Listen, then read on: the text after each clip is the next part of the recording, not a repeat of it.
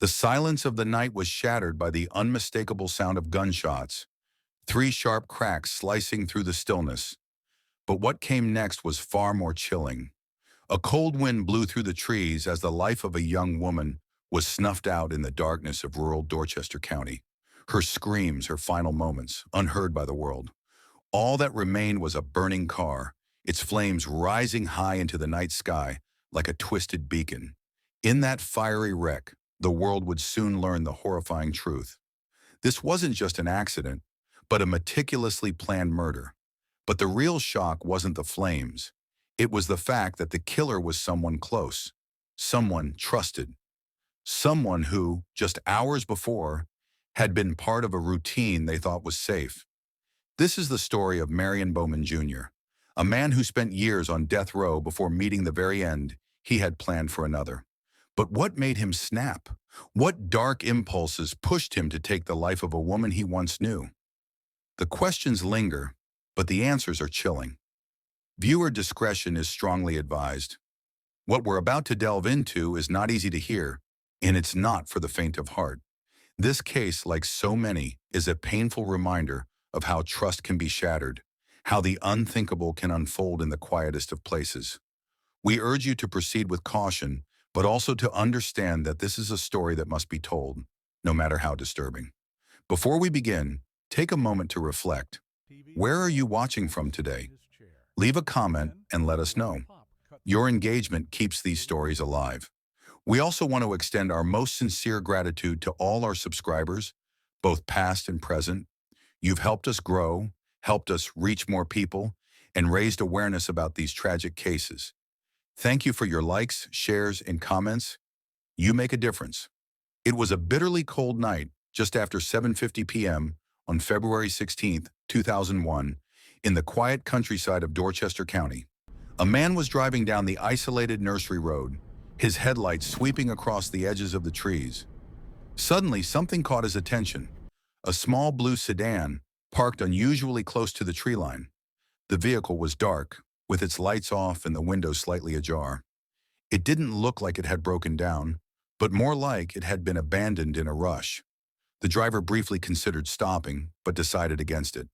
He didn't see anyone around and continued on, dismissing the scene. A few minutes later, a few houses down, a neighbor sat in his living room, the TV on low as he drowsed in his chair. Then the silence was pierced by a loud bang. Startled, he reached for the remote and muted the sound. Another moment of stillness passed before three sharp gunshots rang out in rapid succession, unmistakable and clear. The neighbor assumed it was likely just someone out hunting in the distance, nothing too unusual for the area. But something felt wrong. He grabbed his keys and decided to check it out. As he drove down the road, he passed the same parked car, still barely visible in the dark. There was no sign of movement, no lights, just the stillness of the trees and shadows. After circling back, he decided to head home. He returned to his chair, turned the TV back on, and went to bed, unaware that he had driven right past a scene of horror. At 3:30 in the morning, a sound jolted him awake again. This time, it was unlike anything he'd heard before. Without hesitation, he rushed back into his truck, the headlights cutting through the fog as he retraced his earlier route. But this time, the situation was different. Just ahead, a familiar sight came into view. Down a narrow trail, about 75 feet from the road, the blue sedan he had seen earlier was now engulfed in flames. The fire was a violent eruption, leaping higher than 15 feet into the air, casting a stark glow against the darkened trees around it. There were no other cars in sight, no signs of life, just the intense heat and an unsettling quiet that hung in the air. With panic creeping in, he slammed on the brakes, spun his truck around, and quickly called 911. Within minutes, the fire department arrived, and their efforts to extinguish the flames began. But what they found next was chilling. As the fire was subdued, they opened the trunk of the car, and there a lifeless body lay, twisted and charred by the inferno. The car's license plate, once fully visible, was now nearly unrecognizable, its edges melted beyond repair. Yet enough remained for investigators to identify the car's owner. It belonged to 21-year-old Candy Martin, a woman whose disappearance had been reported just hours earlier. The name hit hard, But it was the truth that followed that truly stunned everyone. This fire hadn't been some accident. It was a deliberate act of violence. The fire, though intense, had not been the cause of death. An autopsy confirmed the grim reality. Candy hadn't died in the flames. She had been shot twice, once in the torso and once in the head.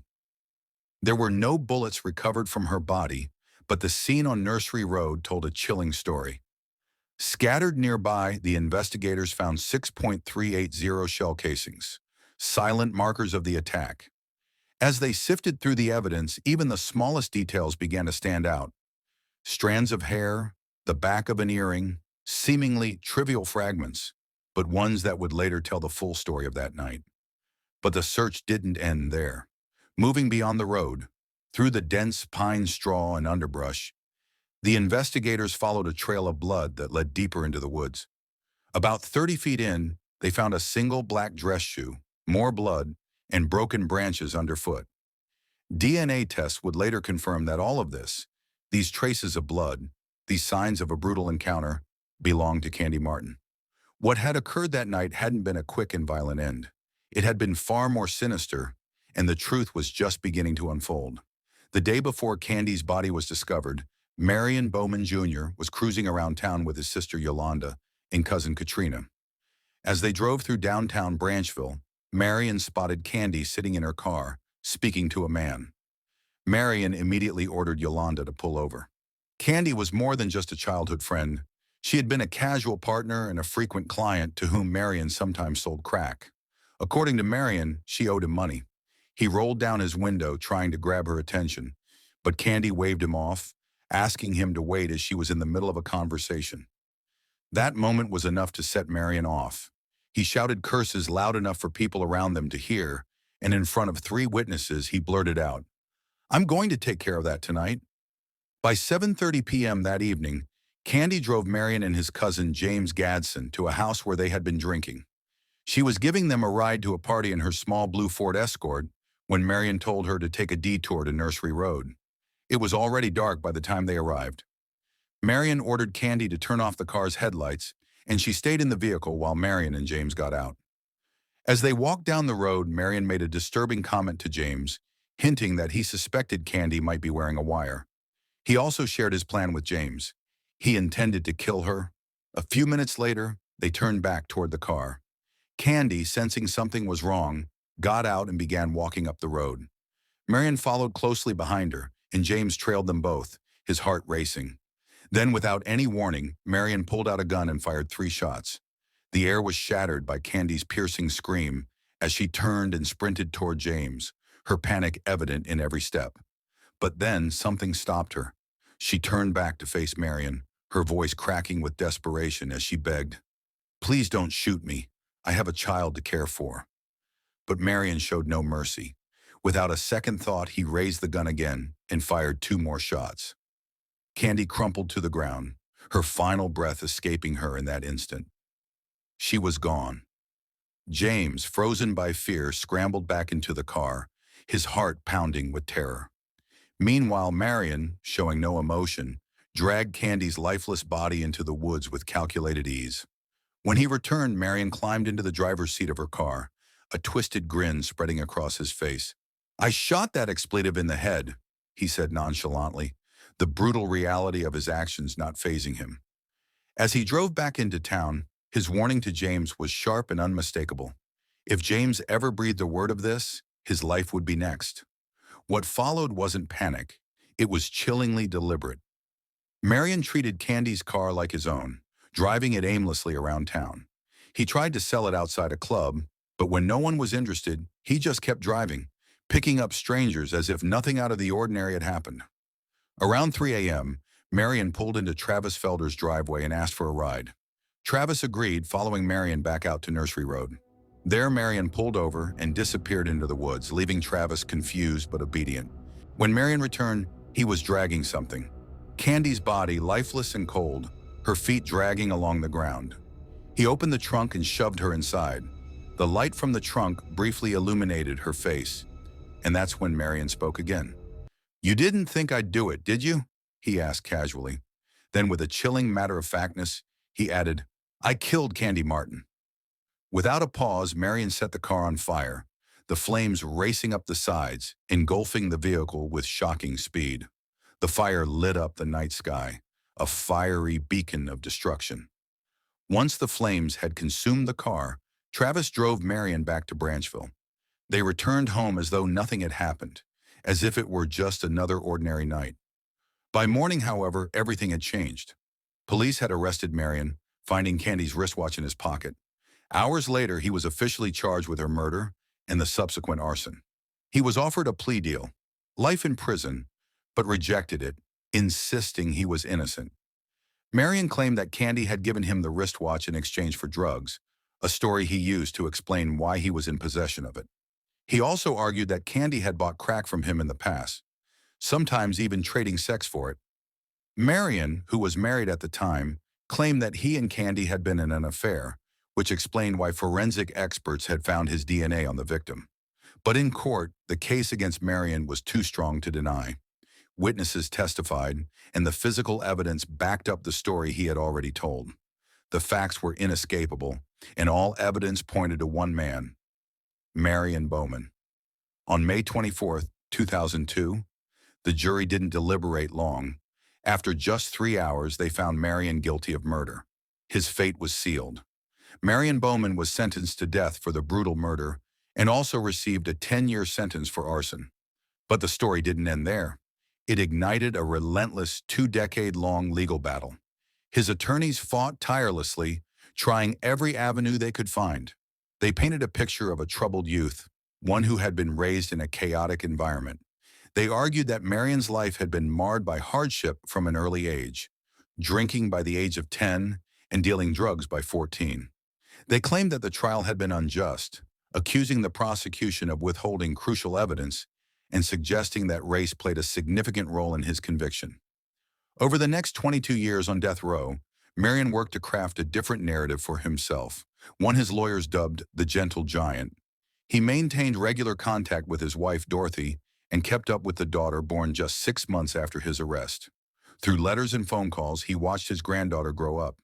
Yet despite these efforts to rebuild his identity, none of it had any impact on the outcome. Every single appeal, at the state level, federal level, and even at the U.S. Supreme Court, was denied. Marion's fate seemed sealed, and he remained on death row. In June 2002, just 1 month after Marion's sentencing, James Gadsden stood before a judge.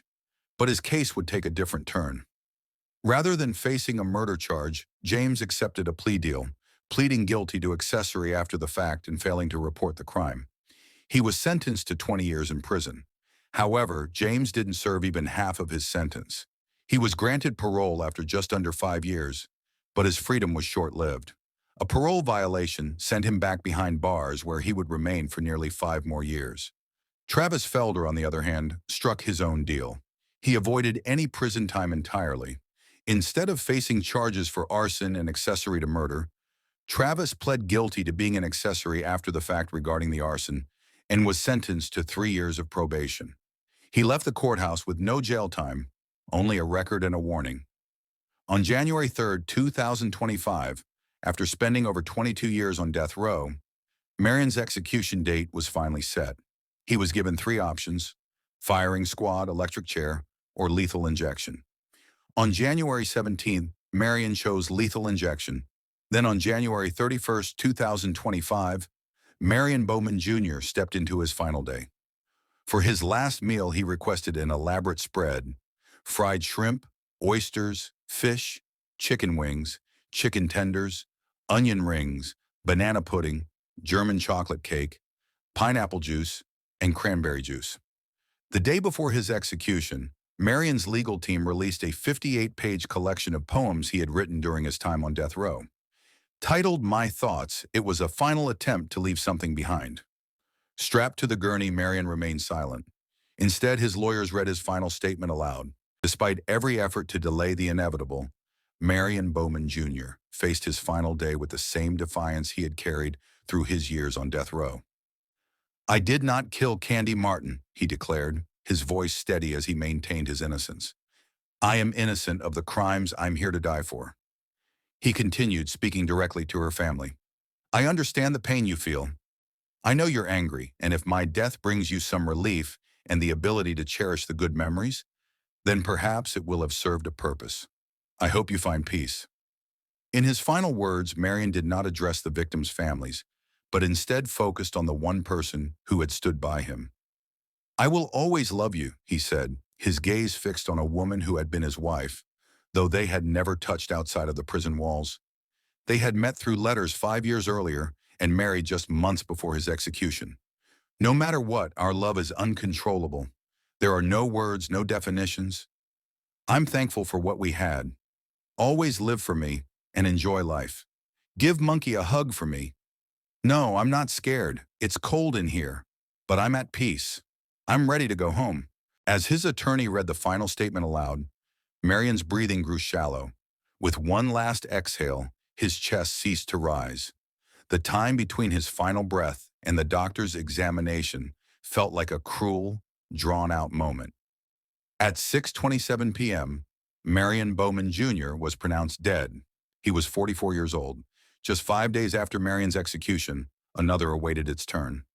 On February 6, 2025, just a day after Marion's death, Stephen Lane Nelson was executed by lethal injection at the Huntsville unit. His crimes had brought him to death row, but how did it unfold?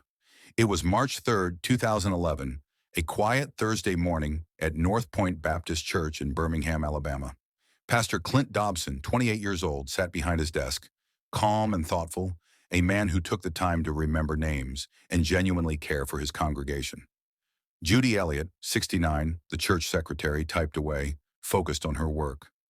Neither had any idea that their fates were about to change forever. Stephen Lane Nelson, 24, walked through the doors of the church, but he wasn't there for prayer. He was there to rob. What followed was fast and brutal. Pastor Clint was the first to be attacked, struck in the head with what investigators later identified as a monitor stand. He fought, but it wasn't enough. Nelson then used a computer cord to strangle him, finishing the job by smothering him with a plastic bag. Judy, who had been in the office, was next. She was beaten so severely that the doctors would later confirm brain bleeding and multiple broken bones. Her body bore deep bruises, marking every part of her that had been struck. Before she lost consciousness, she had begged for her life, but Stephen showed no mercy. Once she was out, he continued. Stephen's search for valuables led him to take what he wanted: Clint's laptop, their phones, and Judy's credit cards. He then grabbed her car keys, stepped over the bodies, and left the church. He didn't even hesitate. It was just another day for him. The next morning, when no one had heard from Clint or Judy, people started to worry. Clint was supposed to meet a friend for lunch, but he never showed. When Dale Harwell, the church member Clint was supposed to meet, arrived, he found something was wrong.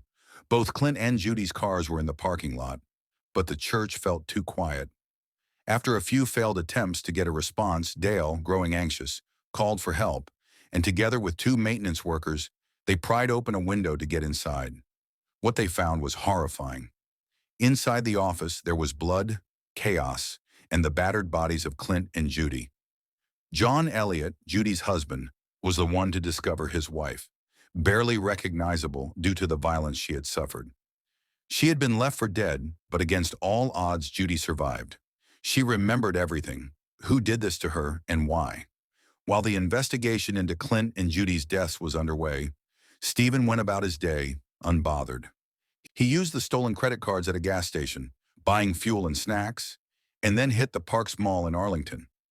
At 2 p.m., he bought a t-shirt with an Oscar the Grouch design, Fresh Air Max sneakers, and costume jewelry, all paid for with Judy's stolen cards. Later, he returned to the store with friends, but the card was declined. That evening, back at a friend's apartment, Stephen paraded his new purchases, bragging about how he'd stolen it all from a pastor. He then took some pills, smoked, and casually admitted what he had done, as though it was nothing more than a routine event. But the next day, the weight of his actions began to sink in. He sent his cousin a series of texts that seemed almost like confessions. It might be the last time, one read. Another text stated, I did some expletive the other day. But the final message was a raw admission. I up bad, real bad. Stephen's life had been spiraling for years, and the signs of his troubles were evident from a young age, including attempting to set fire to his mother's mattress. At 6, he started stealing and breaking into places. Despite intervention from the juvenile system, help was never enough. By age 14, Stephen was arrested for car theft, burglary, and trespassing. He was sentenced to time in juvenile detention, where he stayed for over 3 years. But trouble followed him. Even after his release, the cycle continued. Each time he was let out, he found new ways to break the rules. By 2011, on probation for assaulting his girlfriend, Stephen was already on thin ice. And on the day of the murders, he missed a check-in with his probation officer, a red flag that would lead to more damning evidence. When police arrived, they found Stephen's fingerprints at the crime scene and pieces of torn fabric from his belt.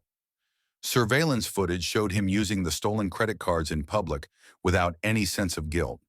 When officers arrested him, they found more of Clint and Judy's belongings in his possession, along with bloodstains on his shoes. Lab results later confirmed that the blood was theirs. Despite his actions, Stephen continued to escalate his violent behavior.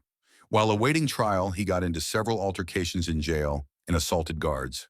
In March 2012, things took a darker turn when he murdered an inmate, Jonathan Holden.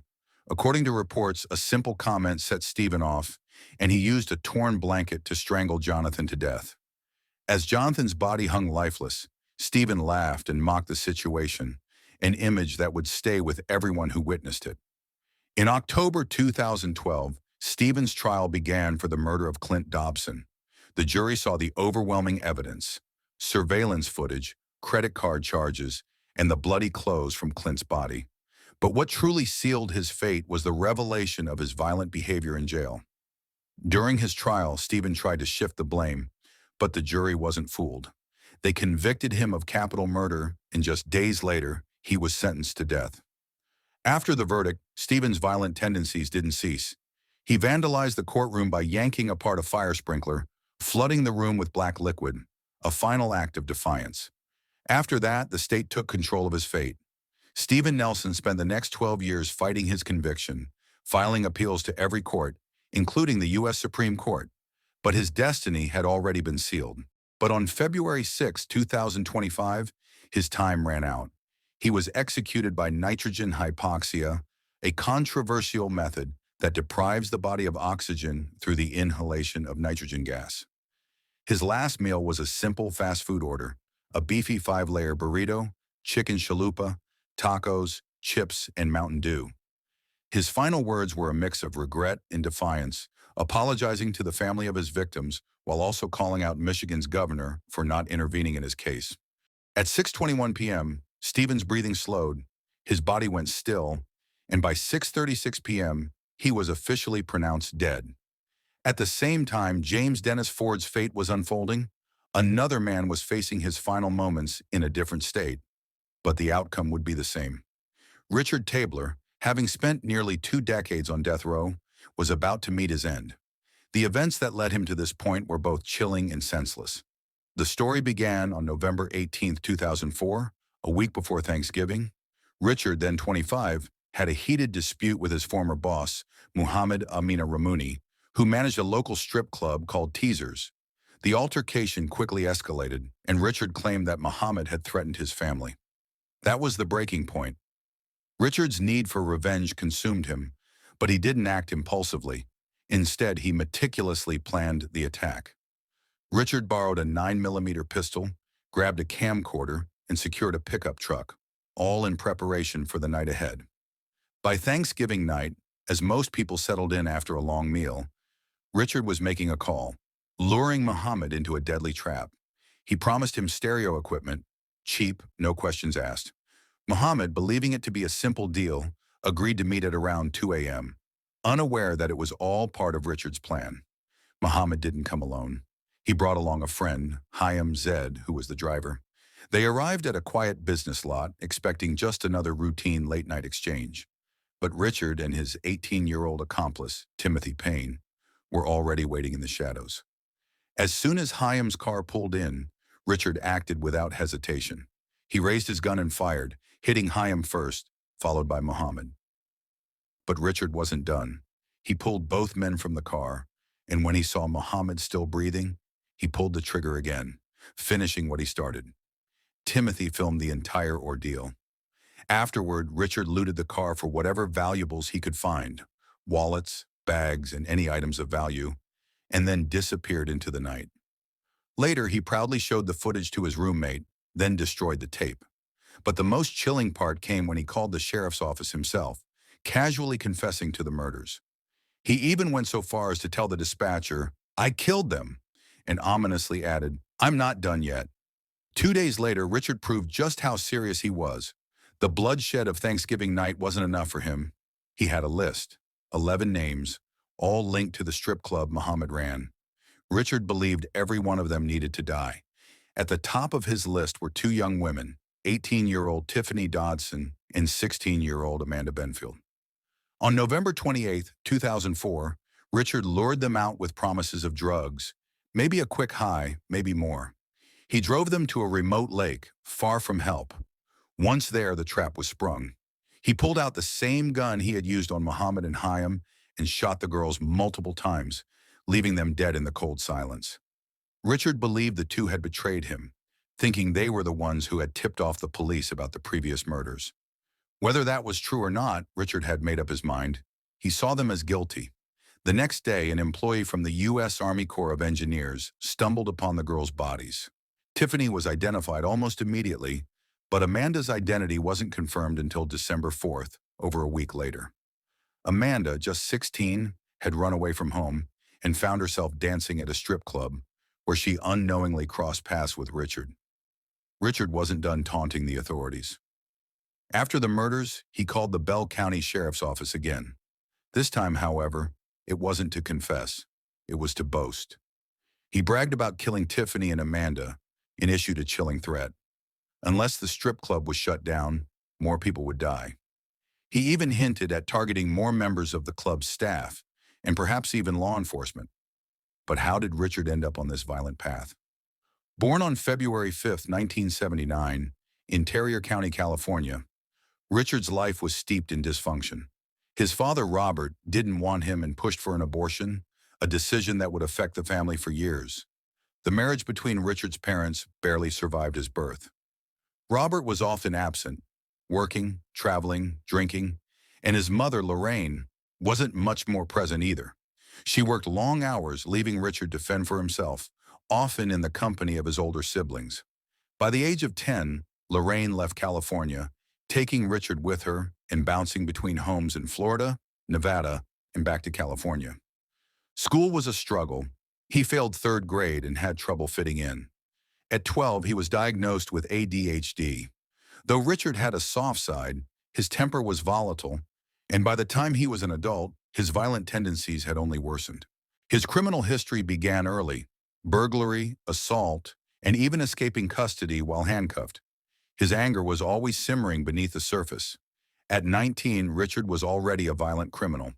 By the time the murders took place, he had already committed countless offenses, but none so brutal as the ones that brought him to death row.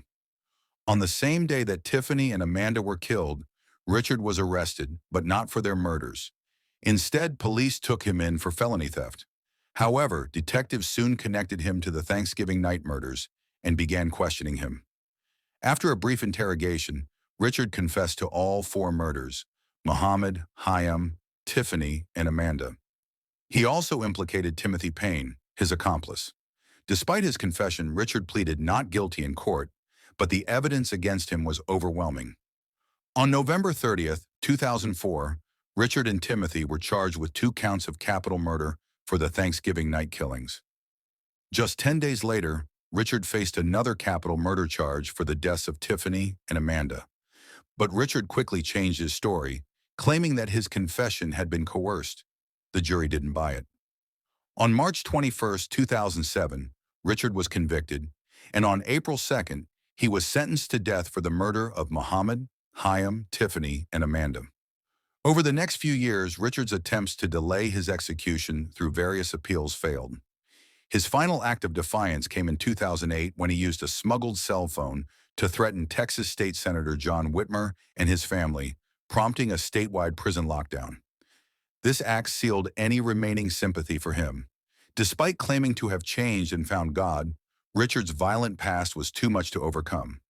In June, he cared for a baby lizard he named Little Blue, and some saw it as a sign of his transformation.